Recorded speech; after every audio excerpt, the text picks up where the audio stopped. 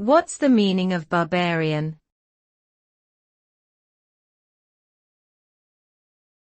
Barbarian.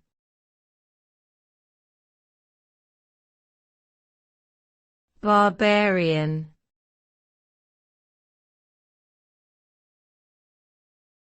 Barbarian.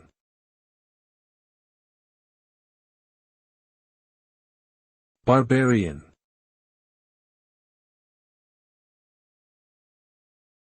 The term barbarian has historically been used to describe people who were considered uncivilized or lacking in cultural refinement. The origin of the word itself comes from ancient Greek and was originally used to describe non-Greek speakers, particularly those from the north. In the Roman Empire, the term was used to refer to any peoples who were not part of the empire.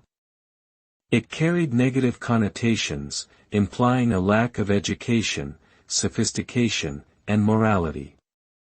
In modern times, the term is seen as culturally insensitive and outdated, and it is generally not used in academic or polite discourse.